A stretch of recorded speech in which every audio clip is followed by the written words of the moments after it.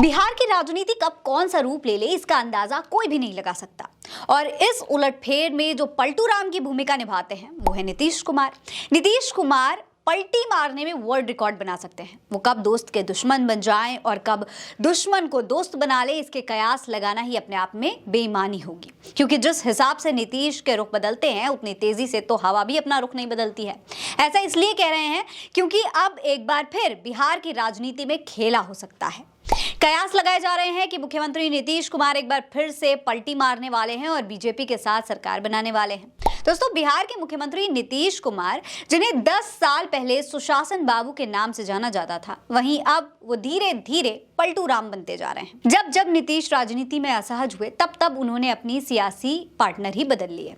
अब कहानी बिल्कुल शुरू से शुरू करते हैं।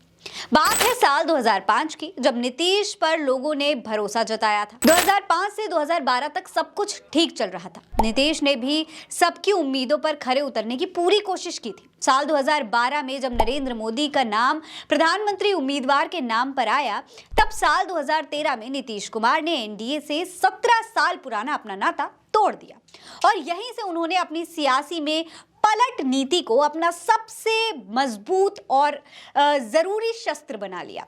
एनडीए से नाता तोड़ने के बाद नीतीश कुमार को अपने बड़े भाई लालू यादव की फिर से याद आ गई, जिसके बाद करण अर्जुन की जोड़ी बन गई। लालू नीतीश सत्ता को संभालने लगे। हालांकि करण अर्जुन की जोड़ी भी ज्यादा लंबी नहीं चल पाई, कुछ ही दिनों बाद टूट गई और नीतीश बीजेपी में वापस आ गए। इतना ही नहीं दोस्तों, फिर साल 2013 में जब बीजेपी ने लोकसभा चुनाव 2014 के लिए नरेंद्र मोदी को प्रधानमंत्री पद का उम्मीदवार घोषित किया, तो ये बात नीतीश कुमार को बिल्कुल रास नहीं आई और उन्होंने बीजेपी का दामन छोड़ दिया।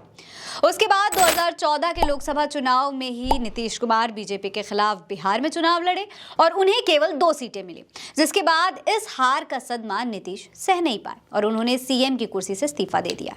और फिर नीतीश ने सीएम की कुर्सी अपने सरकार के मंत्री और दलित नेता जीतन राम मांझी को सौंप दी और वो खुद बिहार विधानसभा चुनाव 2015 की तैयारी में जुट गए।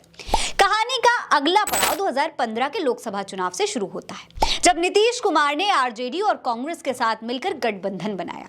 इस गठबंधन के साथ नीतीश ने लोकसभा चुनाव में बीजेपी को धूल चटा दी और शानदार जश्न के साथ एक बार फिर बिहार की सत्ता पर कब्जा कर लिया। सत्ता में आने के बाद उन्होंने एक बार फिर से बिहार के सीएम की कुर्सी अपने नाम कर ली। धीरे धीरे वक्त गुजर ही रहा था और उनकी सरकार को करीब 2 साल पूरे होने वाले थे, लेकिन उससे पहले ही गठबंधन में दरार आ गई। जहां एक ओर नीतीश कुमार साल 2017 में नोटबंदी और जीएसटी जैसे मुद्दों पर बीजेपी का समर्थन करने लगे, वहीं दूसरी ओर सीबीआई ने लालू यादव और तेजस्वी यादव संग उसके परिवार के कई सदस्यों के खिलाफ भ्रष्टाचार का मामला दर्ज कर लिया, जिसकी जांच धीरे धीरे नीतीश तक भी पहुंचने लगी। दोस्तों, इसके बाद माहौल को देखते हुए नीतीश ने लालू को मैसेज डाला कि तेजस्वी को पद से इस्तीफा देना चाहिए, मगर लालू नहीं माने और फिर नीतीश ने इस्तीफा दे दिया और गठबंधन की सरकार एक बार फिर से गिर गई।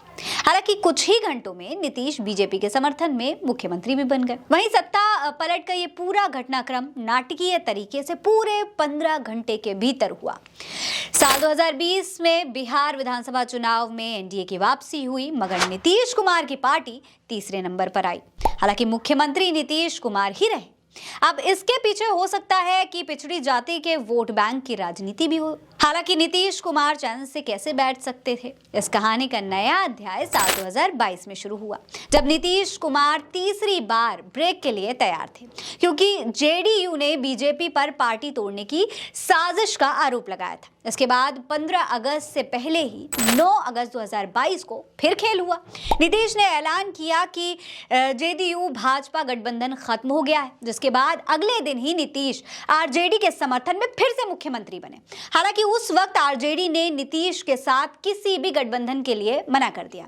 वहीं तेजस्वी ने गले मिलकर खुशी भी मनाई। दोस्तों, बिहार की राजनीति की कहानी एक और नया चैप्टर फिर से लिखने वाली है।